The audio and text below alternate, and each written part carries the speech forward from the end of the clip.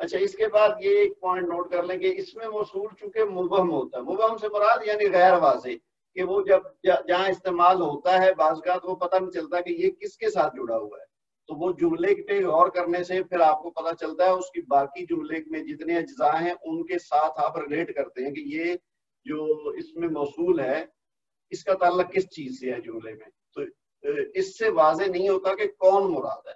اس لیے اس کے ابہام کو دور کرنے کے لیے اس کے بعد ایک جملہ، کوئی بھی جملہ اسمیہ یا فعلیہ یا شبہ جملہ، جار مجرور یا ظرف اور مضاف، شبہ جملہ سے مراد ہے کہ جو جملے جیسی چیز ہے، وہ یعنی پورا جملہ نہیں لیکن جملے سے مشابہت ہے، کیونکہ وہ یا تو مرکب جاری ہوگا یا ظرف ہوگا، ظرف کی بات بھی ہم پہلے کر چکے ہیں نا، ظرف زمان، ظرف مکان، اور مضاف الیہ بھی ہو سکتا ہے، تو یہ یعنی شبہ جملہ یا مکمل جملہ ہوگا۔ اس کے بعد اس میں موصول کے بعد تو جسے صلۃ الموصول کہتے ہیں، یعنی ایک تو جملے میں ہوگا نا اس میں موصولہ، اور ایک ہوگا صلۃ الموصول، یعنی جس کے ساتھ ملایا جائے وہ صلہ ہوتا ہے۔ اس میں موصول اور صلہ، اس میں موصول وہ ہوگا جو ملائے گا اور جس کے ساتھ ملائے گا اس کو کہہ دیتے ہیں صلہ، وہ یعنی جیسے ہم نے بات کی نا مبتدا، خبر، متعلق خبر، یہ مختلف جملے کے جو حصے ہوتے ہیں، پارٹس آف سپیچ جس کو ہم انگلش میں کہتے ہیں، تو اسی طرح یہ نئی چیز ہے کہ اگر اس میں موصول استعمال ہو جس جملے میں تو اس کے جو مختلف حصے ہوں گے، جو اس میں موصول ہے اس کو تو اس میں موصول کہیں گے اور جس سے وہ ملائے گا اس کو کہہ دیں گے صلہ، یعنی وہ والا حصہ جملے کا کہلائے گا صلۃ الموصول، یعنی ایسا حصہ جس کو اس میں موصول نے ملایا ہے۔ تو اس میں موصول اور صلۃ الموصول مل کر جملے کا حصہ بنتے ہیں۔ اب اس کی مثال سے اور واضح کر لیں اس بات کو، جیسے کہ الطالب الذی هو مجتہد ابن زید۔ اب اگر آپ اس کو بغیر سوچے سمجھے روانی میں پڑھیں گے تو پتہ نہیں چلے گا کہ کون سی چیز کس کے بارے میں، الطالب الذی هو مجتہد ابن زید۔ تو سب سے پہلے دیکھیے الطالب، طالب علم، یہ تو ہو گیا مبتدا۔ اب آگے آخری حصہ دیکھیں، ابن زیدن، زید کا بیٹا۔ اگر ہم بیچ والا حصہ نکال دیں، خالی لکھیں الطالب ابن زیدن، کہ طالب علم جس کی بات ہو، کیونکہ معرفہ ہے نا، تو طالب علم زید کا بیٹا ہے، یہ تو ہو گیا سادہ جملہ۔ اب اس میں موصول اور صلہ استعمال ہوا ہے، وہ کیا ہے؟ الذی، یعنی اس کے بارے میں مزید بات بتائی جا رہی نا کہ طالب علم جو کہ ہوا مجتہد، جو محنتی ہے، طالب علم جو کہ محنتی ہے، ابن زیدن، زید کا بیٹا ہے۔ اس طرح ہوتا ہے نا، ہم اردو میں بات کرتے ہیں اپنی یا اپنی جو بھی ہماری علاقائی زبان ہے اس میں بات کری تو بعض کا تفصیل بتاتے ہیں نا کہ وہ طالب علم، فرض کیا 4 یا 5 یا 20 طالب علم سامنے بیٹھے ہیں، تو اب ان میں ایک ہے جو وہ محنتی ہے، تو اس کے بارے میں بات کرنی تو میں کہوں کہ وہ طالب علم جو محنتی ہے یہ فلاں کا بیٹا ہے۔ تو اب وہ اس کو تفصیل میں بتانے کے لیے، یعنی جو سننے والا ہے اس کو پہچان کرانے کے لیے کہ یہ جو محنتی طالب علم ہے، اب سننے والے کو بھی پتا ہے کہ محنتی کون ہے ان میں سے، تو اس کی مزید بتایا جا رہا ہے کہ یہ وہ شخص، اس شخص جس کا نام زید ہے اس کا بیٹا ہے یہ طالب علم۔ تو اس طرح کی سچویشن کو کور کرنے کے لیے پھر ہمیں اس میں موصول اور صلۃ الموصول کا سہارا لینا پڑتا ہے، چونکہ اس طرح کے جملے ابھی دیکھیں نا، ہم نے اس میں جملہ اسمیہ شروع کیے، آج شاید 4تھا یا 5واں یا شاید ایون 6ٹھا لیسن ہے، تو ہم تھوڑا تھوڑا کر کے کور کر رہے ہیں۔ تو یہ تمام اقسام کے جملے چونکہ قرآن پاک میں ہمیں ملیں گے، تو اس لیے ہم تھوڑا تھوڑا چیزیں ایڈ کر کے بالآخر ہم انشاءاللہ، ابھی بس تھوڑا سا رہ گیا، ہمارے 2-3 لیسن اور ہیں، اس کے بعد ہم مکمل طور پر جملہ اسمیہ کو قابو میں لے آئیں گے، ہماری ہر طرح کی اس کی جتنی بھی مختلف شکلیں ہیں وہ ساری ہم سمجھ لیں گے، اور اس طرح سے ہمارا جملہ اسمیہ والا حصہ پورا ہو جائے گا انشاءاللہ۔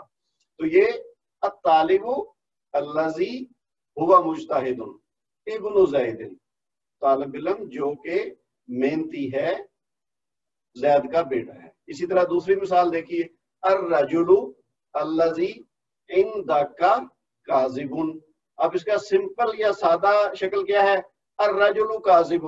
اب یہ دیکھیں ہم جملے پیچھے کر رہے ہیں نا ہمارے، جو جب سے ہم نے جملہ اس میں شروع کیا ہے، سادہ ترین کیا تھا کہ آدمی جھوٹا ہے، کاذب جھوٹا اور الرجل آدمی، آدمی جھوٹا ہے، لیکن اب اس میں کیا ایڈ ہوا ہے؟ الذی عندک، الذی تو ہو گیا اس میں موصول جو کہ، اور عندک یہ بھی اب کیا ہے؟ یہ مرکب ہے ایک، عندہ اور کا، تمہارے پاس، عندہ ہوتا ہے پاس یا قریب، تو عندہ کا تمہارے پاس، آدمی جو تمہارے پاس ہے جھوٹا ہے۔ اب اس کا آپ تھوڑا سا امیجن کر لیں، جیسے فرض کیا ایک شخص دوسرے کو فون کر رہا ہے اور اس کو پتا ہے کہ اس کے پاس کوئی آدمی گیا ہوا ہے، کوئی ڈیل کرنے، فرض کیا کوئی بھی چیز کو خرید و فروخت کرنے گیا ہے، تو وہ اس کا جاننے والا ہے دوسرا آدمی، اس کو بتانا چاہتا ہے، انتباہ کرنا چاہتا ہے، خبردار کرنا چاہتا ہے کہ یہ، تاکہ اس سے جو ہے نا وہ محتاط رہے یا اس کے ساتھ ڈیل نہ کرے، تو وہ فرض کیا اس کو فون کرے اور اس کو کہے کہ یار تمہارے پاس جو آدمی آیا ہے نا ابھی یہ جھوٹا ہے، اس سے بچو۔ تو یعنی اس طرح کی سچویشن ہو سکتی ہے۔ تو اب وہ کیا کہہ رہا ہے؟ الرجل الذی عندک کاذب، آدمی جو تمہارے پاس ہے وہ جھوٹا ہے۔ تو یہ اس طرح کا، یعنی جو اس میں موصول اور صلۃ الموصول، یہ دونوں چیزیں اس میں استعمال ہوگی۔ اب دیکھیے ان جملوں میں الذی، دونوں میں الذی آیا ہے اس میں موصول، اور پہلے والے حصے میں جو ہوا مجتہدون ہے وہ جملہ اسمیہ ہے جو صلۃ الموصول بنا ہے، اور دوسرے جملے میں عندہ کا یہ شبہ جملہ ہے، یعنی جملہ پورا نہیں ہے، عندہ کا تمہارے پاس، یہ تو جملہ نہیں پڑا نا۔ ہوا مجتہدون اگر ہم نے دیکھا ہو تو کیا ہے؟ وہ محنتی ہے، یہ پورا جملہ ہے، یعنی مرکب تام ہے، لیکن عندہ کا یہ مرکب ناقص کی ایک شکل ہے، ٹھیک ہے، تمہارے پاس، تو یہ مکمل جملہ نہیں ہے، تو یعنی مکمل جملہ بھی استعمال ہو سکتا ہے صلۃ الموصول کے طور پر، اور مرکب ناقص بھی استعمال ہو سکتا ہے، جیسے ہم نے اوپر اس کی تفصیل پڑھی تھی۔ تو یہ دونوں کی ایک مثال ہو گئی۔ سبحانک اللہم و بحمدک، اشہد ان لا الہ الا انت، استغفرک و اتوب الیک، والسلام علیکم ورحمۃ اللہ وبرکاتہ۔